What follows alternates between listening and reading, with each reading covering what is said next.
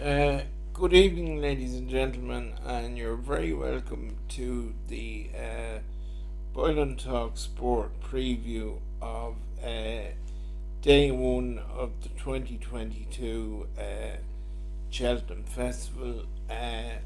As I would have said to you in my video last week, it is my intention to carry our Cheltenham previews on the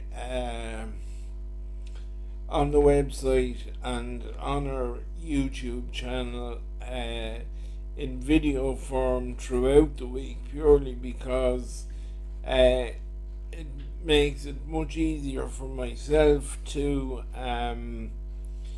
type out a script for myself with a few notes on it during the day, and then just uh, talk away to yourselves uh, as I am now just about to do regarding tomorrow's card. So without further ado, I'm going to get straight into it.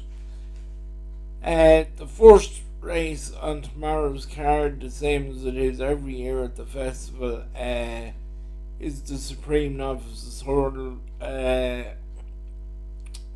for the best young horses in the 2 mile division. I will just pick up said script here now. And I would like to think that the Irish runners should have a very strong hand in this particular contest. Willie Mullins, as usual, has more than one runner in it. The pick of which I would be inclined to think is Dicer Dynamo, for a couple of reasons.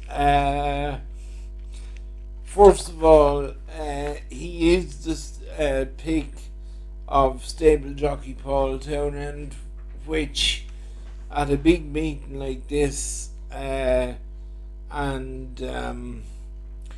in a race where the trainer is multiply represented, has to carry a degree of credence as well. Looking back through his past form in the lead up to tomorrow, I would feel that he is versatile as regards ground, because he appears to have form on multiple different types of surfaces. I know he won his bumper on goodish ground before coming back off a break and winning twice over hurdles on ground that was at least well on the way, if not completely at the opposite end of the scale as regards ground. But what that does tell you is that he would appear to be able to handle any sort of ground. So the more boxes one ticks when going into the horse racing Olympics at Prestbury Park, the better, I suppose. So ground shouldn't be a problem to him.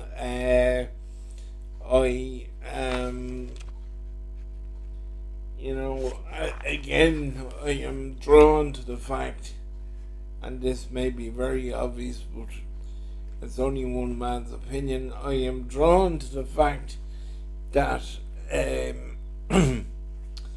Paul Townend picked him over the other Mullins possibilities, and also it has come to my attention that he would appear to go well after a break, because he came out and won his maiden first time out, having won a bumper sort of at an unusual time of the year, and then came out after a break again and won as novice. So he must be regarded as the leading fancy among the Mullins team, although I think it would be fairly widely accepted that the Mullins team is not um, the all-conquering machine in this particular division that it may have been in previous years, and that would be why the eye would of course also be drawn to representatives of another man who has an exceptionally good record in this race over the years. That is, of course, Nicky Henderson. Now, the JP McManus owned John Bunn has won his 3 contests to date rather convincingly, I suppose you would say, but there's just a few things put me off him, namely the fact that Nico de Bonneville has gone for Constitution Hill over, as I say, the McManus representative, plus the form of some of the races John Bunn ran in hasn't exactly worked out along as good a lines as one would sort of hope and expect if one was going to be a real player in this contest. But to go back to Constitution Hill, as I say, the fact that now I am aware that Aidan Coleman does ride a lot of the McManus horses that are based in the UK, but presuming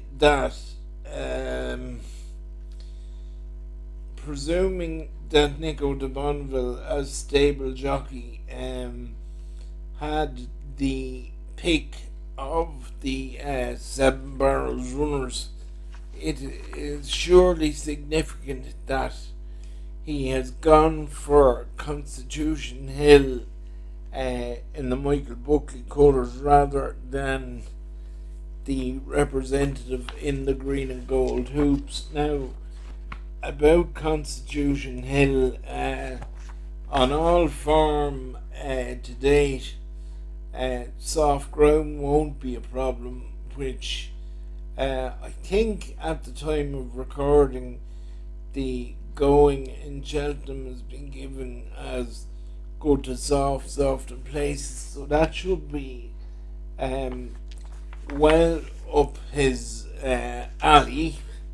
And I know, well, of course, Constitution Hill was bought by Michael Buckley after finishing second in an Irish bumper, changed hands for quite a lot of money, but I do know that he won his 2 races over hurdles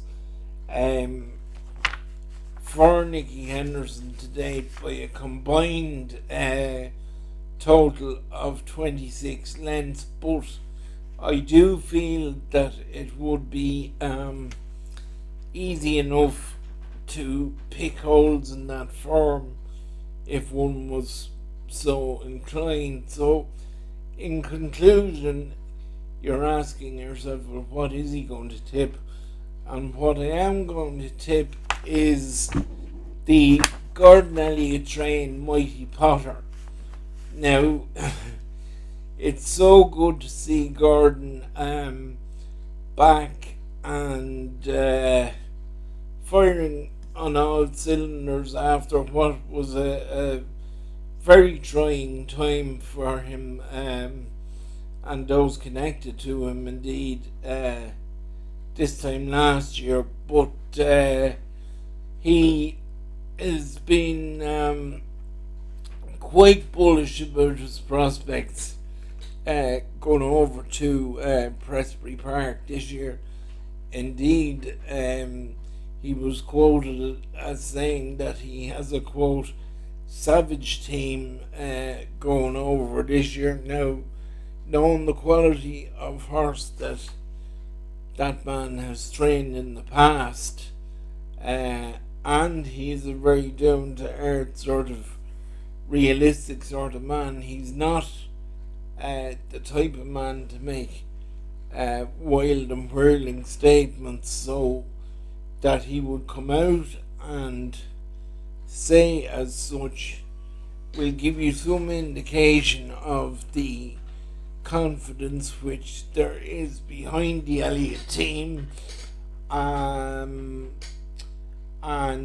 knowing the amount of young horses and bumper horses that the yard turns out year on year, that Mighty Potter is his selection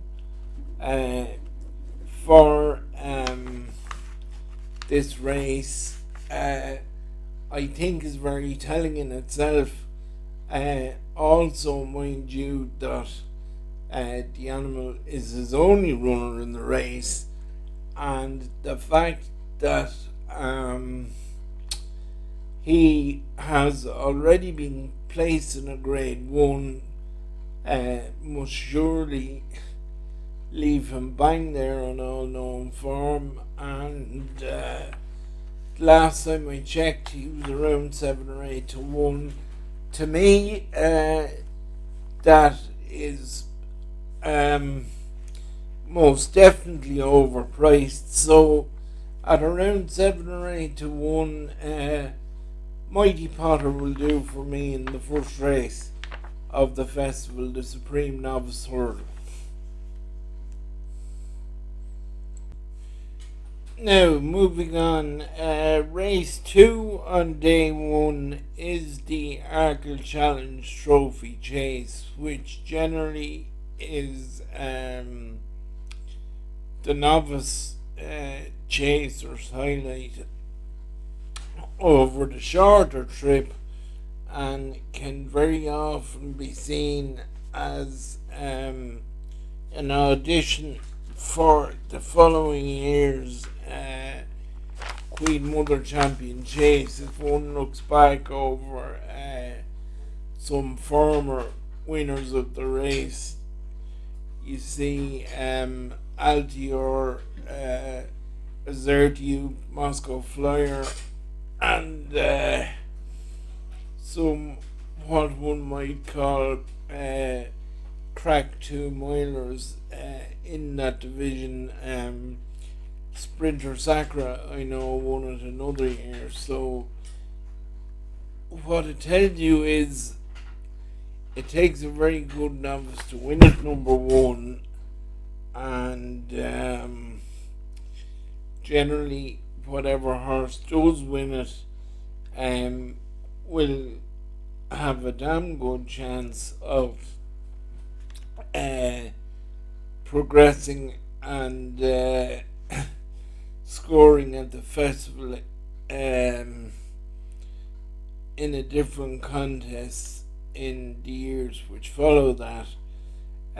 Turning to tomorrow's race, the first horse I want to talk about is the Alan King trained Edwardstone, and I know I was just reading a bit this evening where the trainer was most certainly talking up his contenders' chances.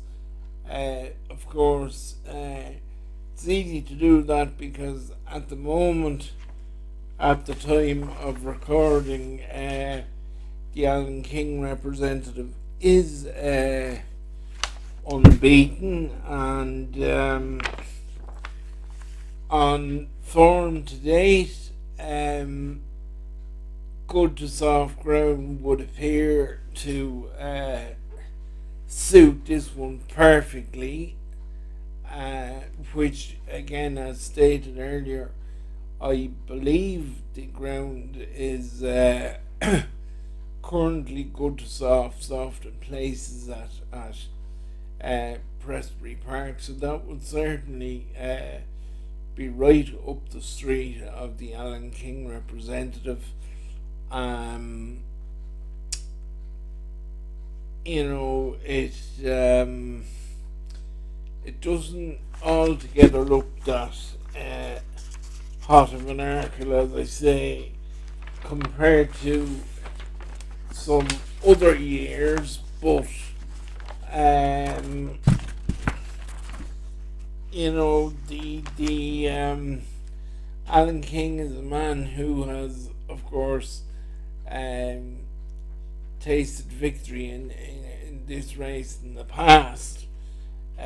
So if he's fairly bullish about one, I think it has to be taken seriously. Naturally, the latter comments apply to anything Willie Mullins sends to the festival also, and the first one of his that I would like to talk about is a horse called, and excuse my French here, but I'm going to give it a go, Ho on Calours. Now, this one goes in the now familiar colours of Mrs. Joe Donnelly, who, has had a lot of good horses in training in recent years, both with Willie and with Nicky Henderson, including a Jewel Gold Cup winner, and of course none other than the mighty Shishkin, who will renew battle with Energamine later in the week. But as for Ho and Calours, this one has been very lightly raced by Willie. Now, whether that is by accident or design, I don't know, but if I'm correct, I do believe that he actually went to the Supreme Novices last year without a run at all, so evidently that shouldn't be a worry to something coming out of Closutton. Going back through his form, he would appear to be fairly versatile as regards ground, because he has ran well on all sorts of surfaces. So, which again, being a Mullins representative, would not come as a surprise, it has to be said. But I think the biggest tick in the box of Ho and Calours as regards tomorrow is the fact that he beat two of his stablemates in Leopardstown, who have subsequently gone on and subsequently went on and won thereafter, and was also running a fine race in a Grade 1 contest at the same venue when coming down in a good novice chase there, at the same venue. So in actual fact, and I could be wrong about this, but it may well be the case that that race in which he came down was won by a horse in the same ownership. I can't swear to that, but anything that runs well around Leopardstown has to be considered a lively Cheltenham contender purely because number one, among the Irish racing fraternity, Leopardstown is seen as a um, ideal and I suppose proven trial ground for the festival, and uh, with that being the case, then it would appear that well, it's not that it would appear; it is the case that um, the top Irish horses hoping to go to Cheltenham generally always show up at Leopardstown, even if it's not at the big Christmas meeting. At some of the fixtures between Christmas and the first week in March, when the jump racing unfortunately wraps up at the Foxrock venue. So the fact that Ho and Calours has a bit of form around Leopardstown certainly wouldn't do its CV any good, but in the heel of the hunt, I find myself plumping for another Mullins runner in the Arkle tomorrow, that being a horse called Blue Lord. Now, again, I refer to the fact that, as will be the case a lot of the times during the week, Willie Mullins has more than one runner in the race, but Paul Townend has gone with Blue Lord, who's owned by the leading French duo Simon Munir and Isaac Swade. This horse is unbeaten over fences so far. Has course form in that he was third in the Supreme Novices Order last year, so the course won't hold any fears for him. And looking at some of those who are in opposition to him tomorrow, he has had his stablemate Saint Sam and the Gordon Elliott trained River de Tell in behind him already this season, as well as two horses who subsequently won novice chases here in Ireland, Lifetime Ambition, and indeed another stablemate of Blue Lord, El Barra, who only won there at Limerick yesterday Sunday. So Blue Lord to me just looks to have the right profile. Coming back to Cheltenham again, he'll do for me. I think he's around the 3-1 or 130 mark, and as I say, the fact there just seems to be enough factors going in his direction that I can see anyway, and he'll do for me in the Arkle. Blue Lord.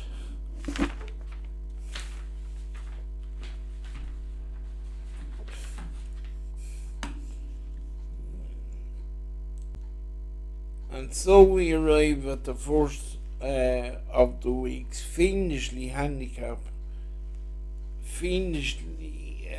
competitive handicap races, the Ultimate Handicap Chase, and the first horse that jumps off the page at me, and I would say plenty of others, will be the Gordon Elliott uh, death duty. Now, reference has already been made to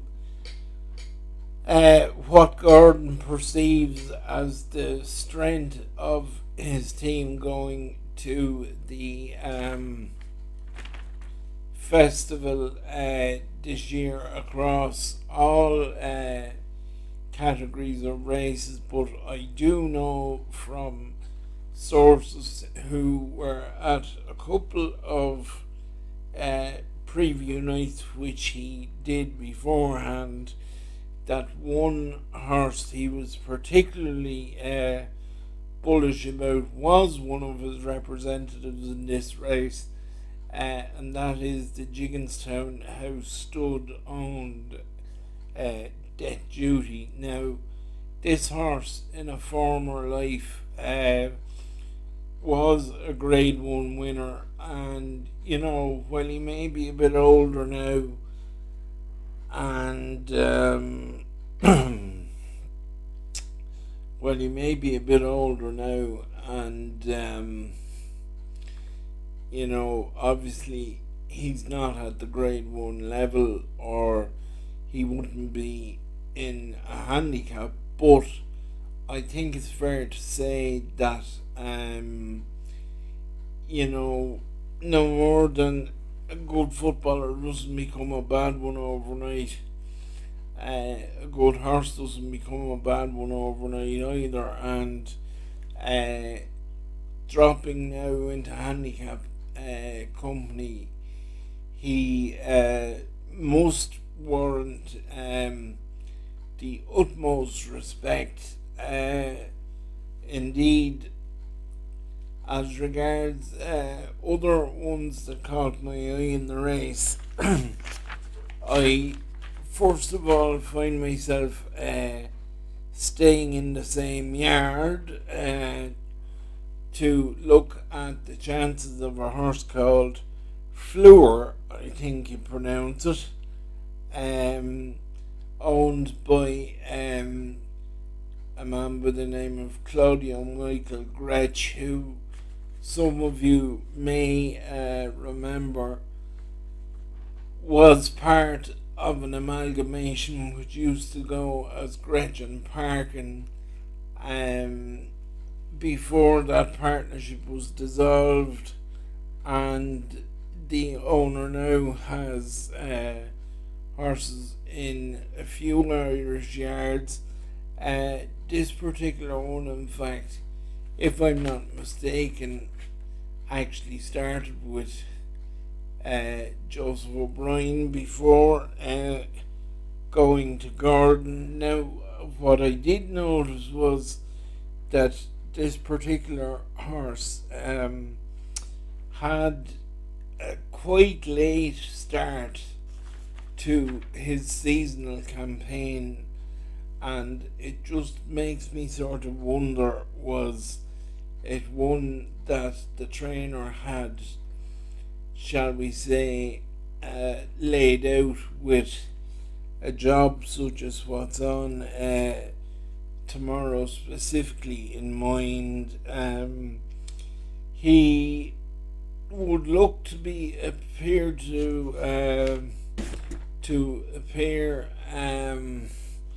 fairly versatile in terms of ground conditions as well.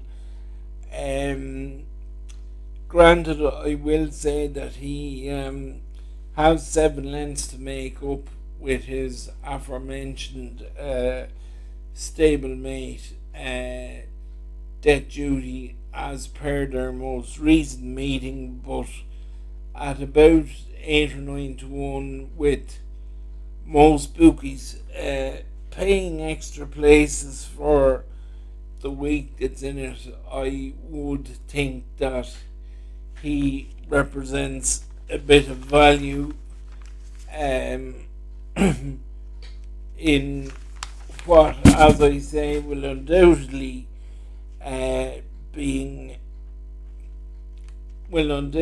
be uh, trappy and fiendishly competitive race. Now, the next horse I want to talk about is a horse called Our Power, trained by Sam Thomas, who is one of the more up and coming younger breed of trainers, the likes of himself and Christian Williams and Tom Simmons is another one. There's quite a few that may have been around for a while officially, but have really sort of sprung into prominence, shall we say, in recent months and possibly the last year or so. Our Power has certainly been one of the flagship horses that have put Sam Thomas on the map, as it were, as a trainer. And I know Sam Twiston Davis has rode him in some of his races, at least, if not all of them, and there would be very few more shrewd judges of the English handicap scene than Sam, because he wouldn't be a son of Nigel's and be any other way, because there are not too many as good as Nigel Twiston Davis when it comes to working the system to his own best advantage. And I will get back to that more in a minute, but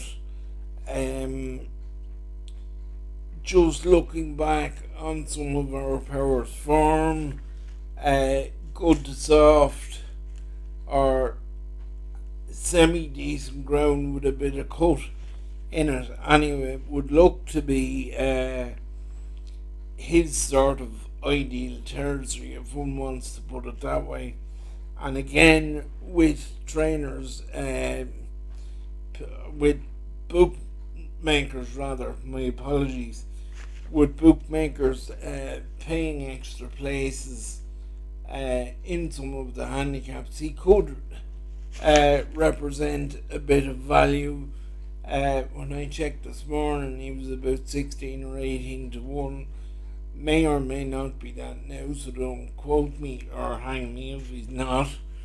But certainly one worth considering anyway, and those comments absolutely apply to the Emmett Mullins trained Noble Yeats in the same contest. Now, this animal was recently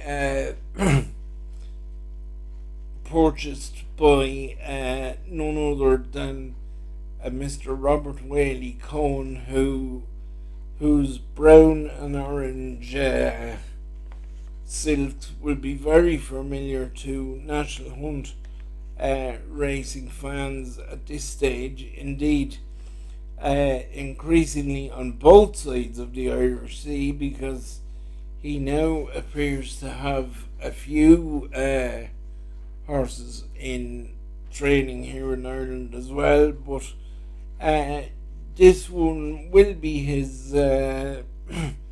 first runner for Emmett, as far as I'm aware. Will be, of course, ridden by his son Sam, who, while he may not be everyone's cup of tea as regards being a stylish rider, there's few can argue with his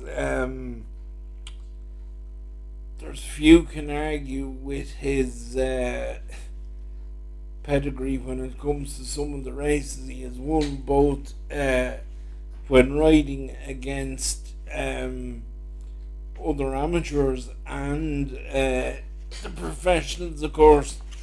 Nothing will top said list ahead of his victory in the Cheltenham Gold Cup aboard Long Run. So, on that note, um, Noble Yeats deserves utmost respect. Um, it should also be pointed out that, as well, that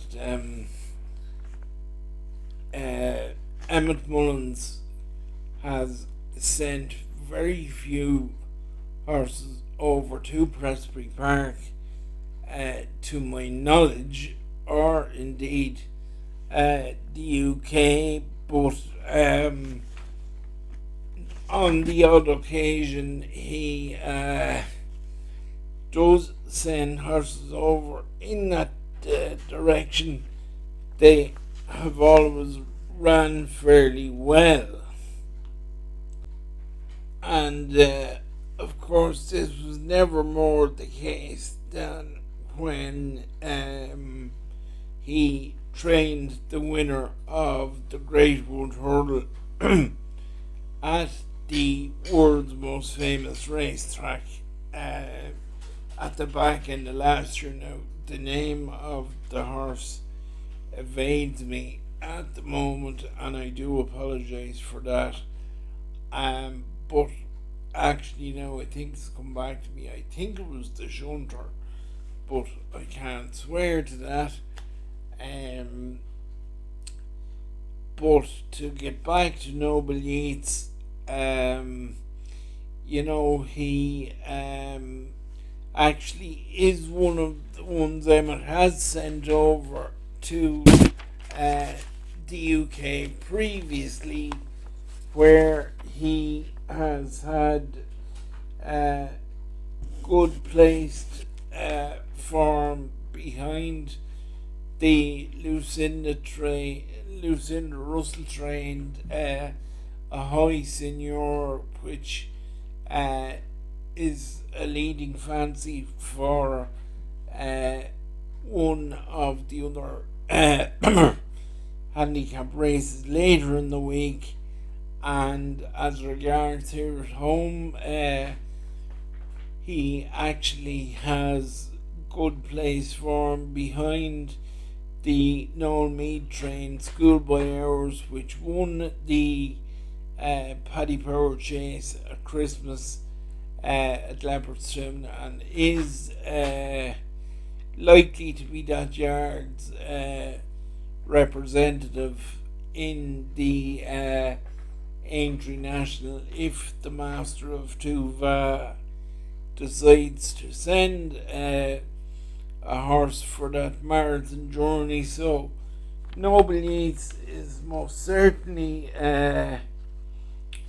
worth considering, but to cut to the chase, as it were, pun entirely intended, I would be advising a few bob each way on the Nigel Twiston Davis trained Fantasticus in this particular contest. Reference was made earlier to the fact that Nigel is an old hand at preparing one for a handicap at any big meeting, but particularly the festival, because as far as I am aware, he trains in fairly close proximity to the course, and it's a very rare Cheltenham festival that he comes out of without at least one winner, and if he's going to win a race in it, you can nearly guarantee it will be a handicap. And this chap, Fantasticus, has all the hallmarks of a horse that was, shall we say, laid out with a long term target in mind. He has a nice race and weight off 10 stone 6. Would appear to be fairly versatile as regards ground, so there should be no issues on that front. And he was already placed in some fairly good looking races in England already this year, before just about literally getting his nose in front most recently at Lingfield. So at about 12 or 14 to 1, I think he was when I looked last. The Nigel Twiston Davis trained Fantasticus will do me for an each way punt in the Ultima Handicap Chase.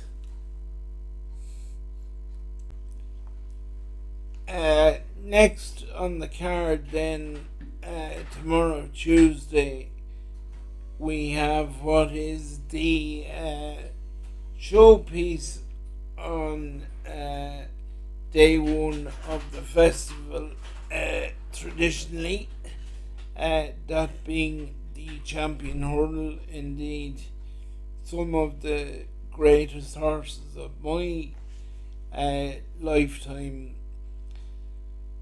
and I'm sure this applies to race fans and race goers of any age, but some of the best horses of my lifetime were ones who illuminated this particular contest. I refer, of course, to horses such as Isterbrack and Hurricane Fly and Rooster Booster and Brave Inca and others, any number of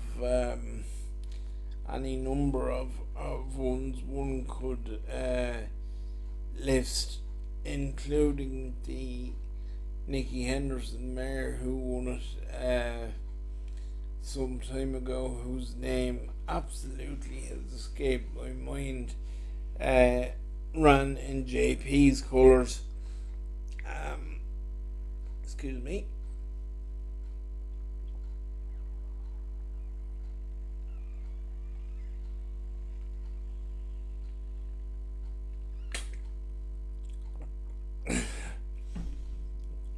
Bouverdare. My apologies. My mind went completely blank there, but it was, of course, Bouverdare. As I say, Hurricane Fly, Isterbrack, Brave Inca, Hardy Uses, you name it. Espoir Dallin, who unfortunately is no longer with us, but I think very few would argue if it was said that Honeysuckle may well end up eclipsing the whole lot of them, if in fact she hasn't done so already. At the time of recording, she's 8 to 15 favourite for tomorrow's race. Looking at it, there's nothing in it that she either hasn't got the better of already, or hasn't come up against yet. And I don't honestly believe that there's anything which she hasn't come up against yet which should be possessed of enough to dislodge the Wonder Mare at this stage. I did sort of refer to it in my last video. It was the one race I sort of spoke of when mentioning that I would be doing these previews on video throughout the week. I do think that, look, we all use the term banker when it comes to this place, but as the falls of Annie Power and Vroom Vroom Mag, I think it was Vroom Vroom Mag or Benny the Jew, one or the other, came down with the mayor's hurdle at their absolute mercy several years ago, and in so doing floored an absolute plethora of multiple bets, including those representing yours truly. So there's nothing that can be taken absolutely for granted in this place, but I do feel that it would be the shock to end all shocks if Honeysuckle were to get overturned. That is why I will be sticking to my utterances in last week's video, where I would say I expect the mayor to win again, and I would think the Willie Mullins train, appreciated, should be bang on the job as regards chasing our home, as should the Gordon Elliott pair of Tia Hoopu, who, just to reiterate what I said last week, is the unexposed one in the field. Certainly lightly raced, but has been progressing with every outing so far this year, and warrants the utmost respect, as does his stablemate Zanahir, who will run in the colours of Nolan Valerie Moran's Bective Stud. Now, this time last year, this horse was one of the favourites for the Triumph Hurdle, and he's done absolutely nothing wrong this year to date, only that there has been a certain horse called Honeysuckle in his way all season, and in the way of everyone else in that division. And if everything goes as one would hope and expect it to do, there is no sort of plausible reason why form should be turned around. I mean, I will admit to being actually quite surprised. I went looking up this evening when putting my notes together for this preview, and I couldn't honestly believe that Honeysuckle was only 8. So, please God, if Henry de Bromhead can keep her sound, she should be around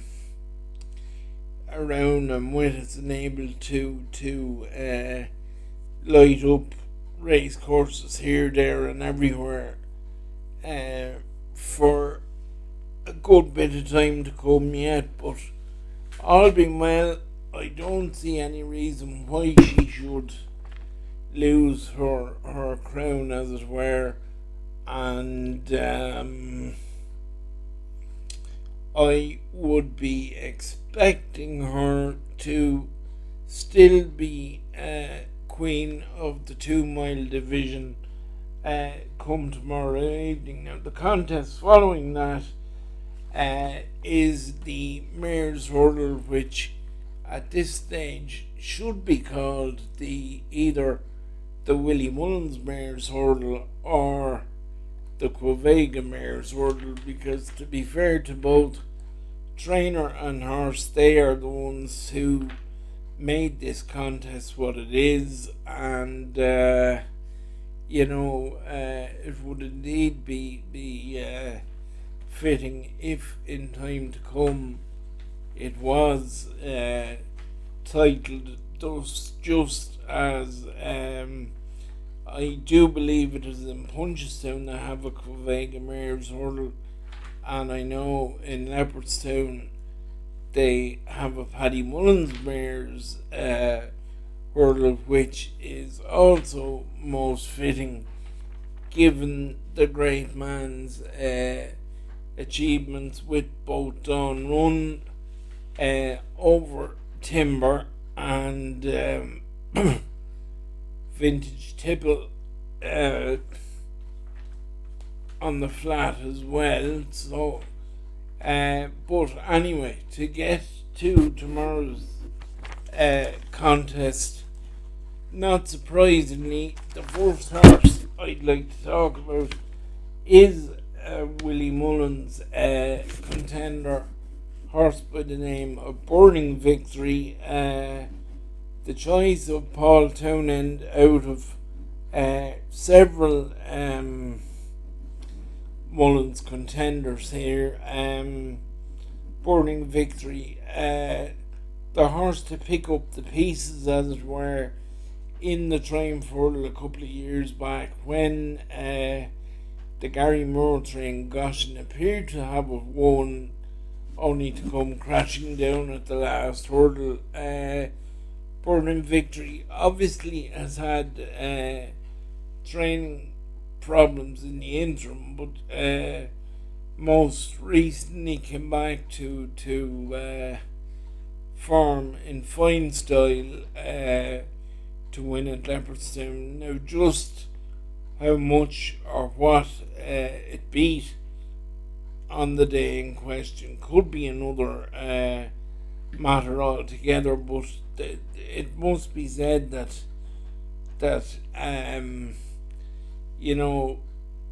past experience should tell us that Willie is not going to send one over to the March Madness if he doesn't think it has a chance of at the very least doing itself justice.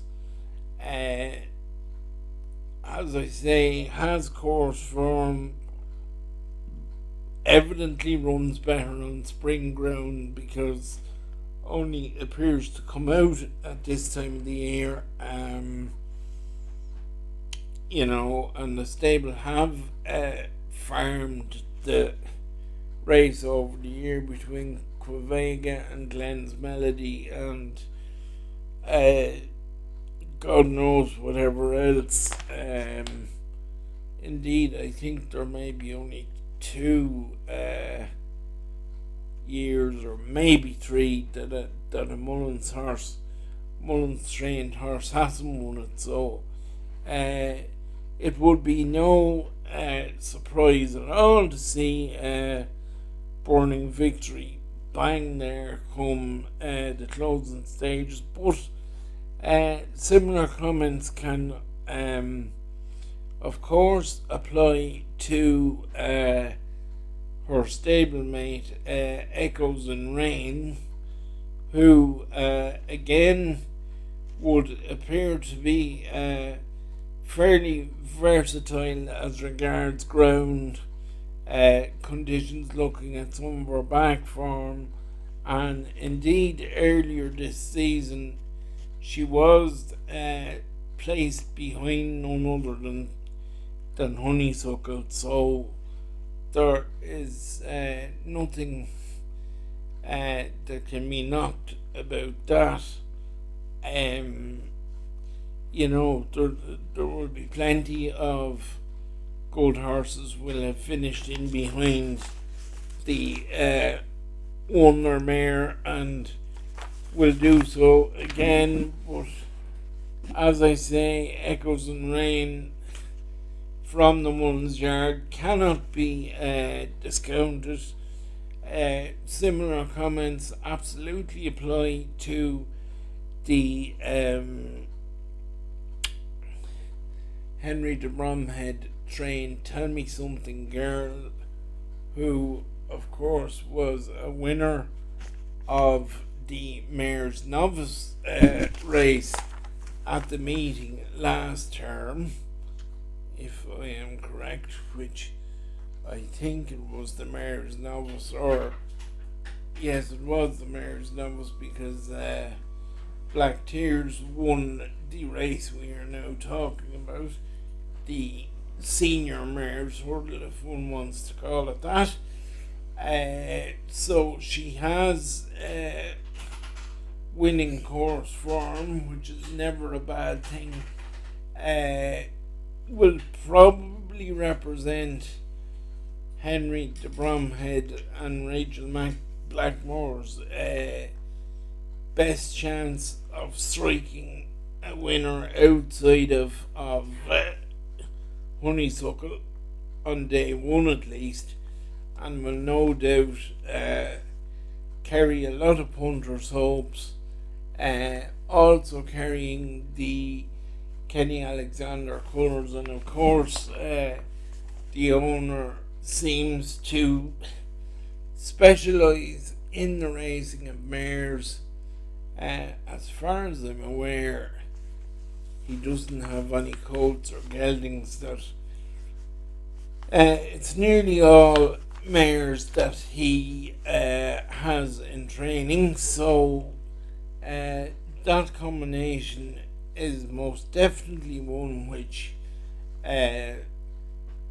merits utmost respect, and at about 130 or thereabouts in the betting, I most certainly wouldn't put anyone off getting behind it. But the one horse that I find myself repeatedly coming back to in terms of this Mayor's Hurdle tomorrow is another Willie Mullins trained inmate, and that is Stormy Ireland.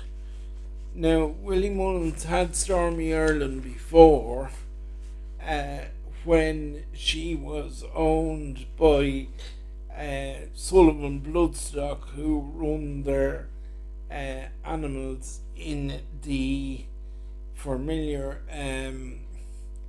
red jacket with pink hoop in the middle and red cap, but was subsequently transferred to Paul Nicholls and didn't really click when going over to Ditch Eat, and similar can actually be applied to a few mares which Sullivan Bloodstock switched from Clough Sutton to Shepton Mallet, but that's neither here nor there. Stormy Ireland has absolutely bounced back to form since rejoining Willie. Won her comeback race, if one was to call it that, at Fairyhouse with consummate ease. Has been around Cheltenham previously, which is never a bad thing. Was placed behind Honeysuckle, and that will be something which will come up in plenty of form lines throughout the week, I'm sure, in the hurdle division. Ground shouldn't be a problem, and she's won on all sorts of ground, and at about 11-2 or thereabouts, Stormy Ireland will do for me in the Mayor's Hurdle.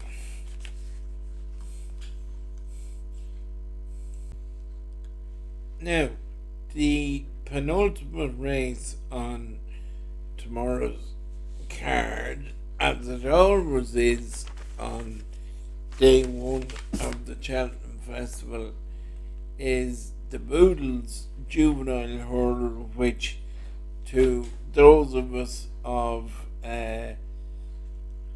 certain vintage or who are not overly fond of change where there's no need to be change will remember it as the Fred Winter Juvenile Hurler that used to be now the Boodles Juvenile. And with no disrespect to anyone concerned or any horses contained herein, it is basically an overflow race for those considered to be of Cheltenham standard, but not quite up to running in Friday's Triumph Hurdle itself. It will be every bit as maniacal as the Triumph itself. They will go an absolute belter of a gallop if the ground is anyway near dry or good at all. So even though it's a 2 mile race, to get anywhere in it, you would probably want a horse that will get either 2-2 or 2-3 or perhaps even 2.5. And there's bound to be unknown quantities in it. Absolutely none more so than the Willie Mullins trained Gaelic Warrior, who hasn't been seen on track in Ireland or England as of yet, but has been something of a talking horse coming out of Closutton in recent months. Indeed, I recall only last week, I think it was, Patrick Mullins saying in an interview that he was exhausted from fielding inquiries about Gaelic Warrior. Now, if it were any other trainer on planet Earth sending a horse to Cheltenham without a run, you could very easily strike a line through it and, perhaps put it in the diary for Ferryhouse or Punchestown or even Liverpool, on the basis that, well, he obviously thought it was fairly useful to have included in his Cheltenham entries. But with Willie Mullins, the fact that it hasn't run on track wouldn't bother me in the slightest, for the simple reason that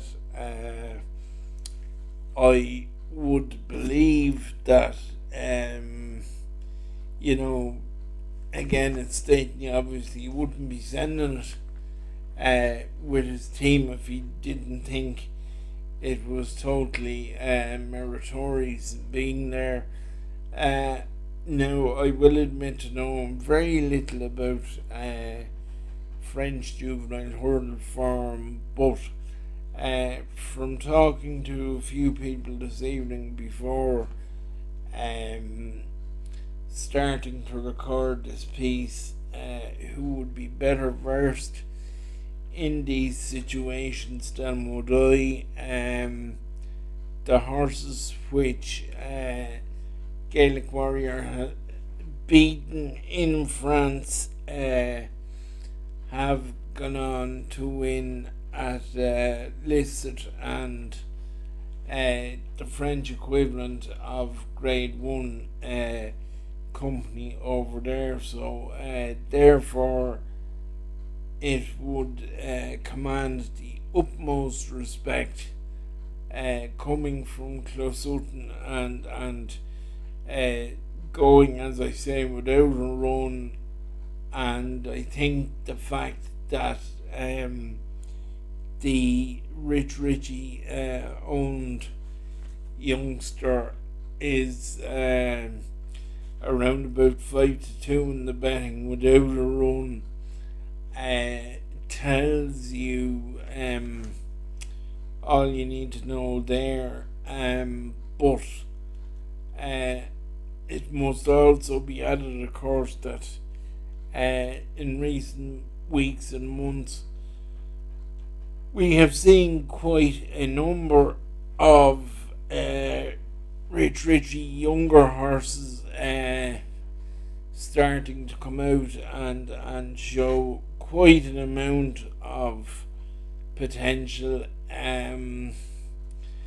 It's, and in fairness to the affable American, he hasn't made any secret of the fact that they have been restocking their artillery, because a lot of their heroes of the past, like Fahine and Duvan and how far back does one want to go, but they had so many good horses over the years that have served them well, and their time has come and gone, and they're now coming with another tranche of horses which you will most certainly hear more about in this space before the week is out. Chief among them, Vauban, who's the current favourite for the Triumph Hurdle, but the Richie, as I say, Willie Mullins Axis cannot be ignored. Gaelic Warrior, if the whispers are often to be believed, could be absolutely anything, and as somebody said to me earlier, could be absolutely thrown in off a handicap mark of what I think is either 127 or 129. But at 5-2, while it could end up being a blot in the copybook, and he may well come out and do what his price suggests he'll do, but as regards a bit of value in the race, it's no harm to mention some of the others therein, and the first one which comes to my mind is the Gordon Elliott train, The Tide Turns. Now, it should be pointed out at this stage that the Longwood-based trainer is absolutely mob-handed in the contest, and several of his other runners are more than capable of putting up a good show here, but The Tide Turns would appear to be the pick of the Elliott Battalion in the contest tomorrow anyway, and he was an easy winner of a Punchestown maiden hurdle before being placed behind the aforementioned Vauban, who at the time of recording is a favourite for the Triumph Hurdle, and he was also placed behind Tia Hoopu, who was mentioned earlier in reference to the champion hurdle, so he would absolutely command the greatest respect, as does the Paul Nolan trained HMS Seahorse. Now this one began its racing career with the greatest respect, slightly more vaunted surroundings in Ballydoyle, if memory serves me correctly. may actually have ran in either the Irish or English derby. I'm not sure which, but Paul Nolan's resurgence has been one of the feel good stories in Irish racing in the last couple of years, and of course he did have a Cheltenham Festival winner last year in the shape of Mrs. Milner, who would not be without her chance in the Mayor's Hurdle referred to earlier. But the point here is that anytime the great Wexford man sends an animal over to a big meeting such as this, it would be most foolhardy indeed to uh, denounce the horse's prospects. And as the former Ballydoyle inmate has been placed behind some of those referred to earlier, who are leading lights for the Triumph Hurdle later in the week, should be respected by all means. And if bookies are paying extra places, which they should be because it's a handicap, at 12 or 14 to 1, I most certainly wouldn't put you off having a pop at that one. The same would absolutely apply to the Martin Brazel trained Dancing Brown Bear, who, well, the first thing to say about that one is that when Martin Brazel and owner Sean Mulrine tend to send one over to a meeting like Cheltenham, they're generally not going for the day trip, as was proven in the past with City Island amongst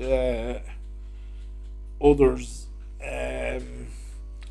over the years. Now this one again, Martin Brazel, through the return of Sean and Bernardine Mulrine, this one has sort of launched them.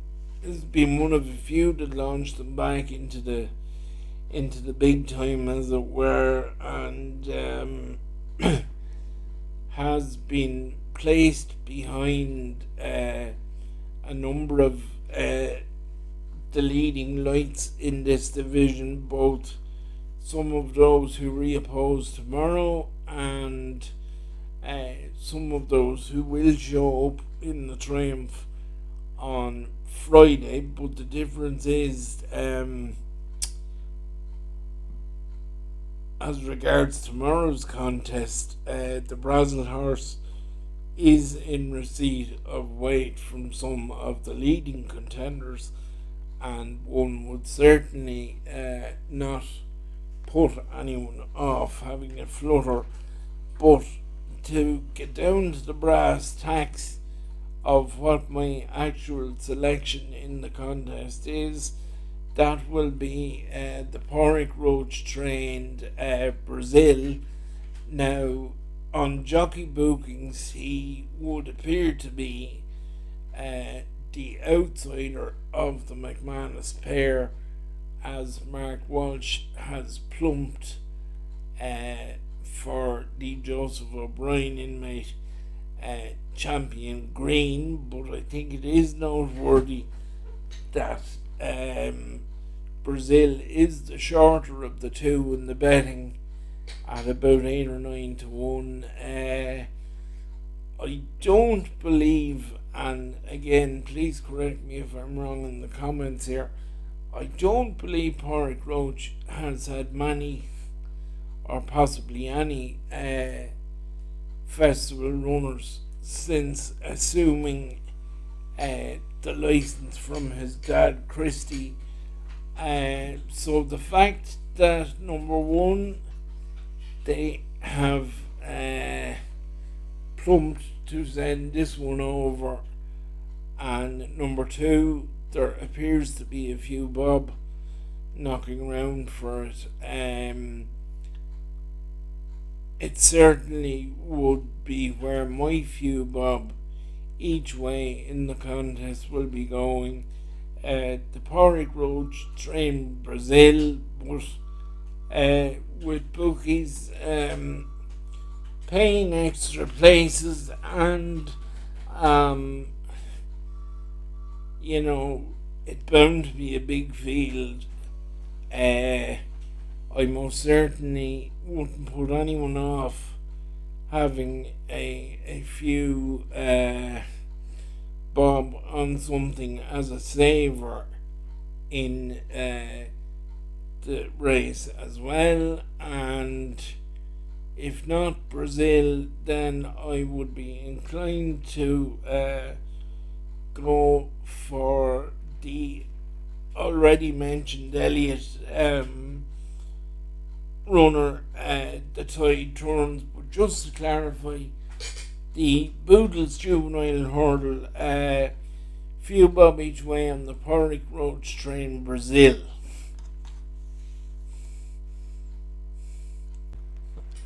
And last but by no means least, the final race on the card for day one of the festival is the official title is the National Hunt Chase. Up until most recently would have been always known as the 4 miler, but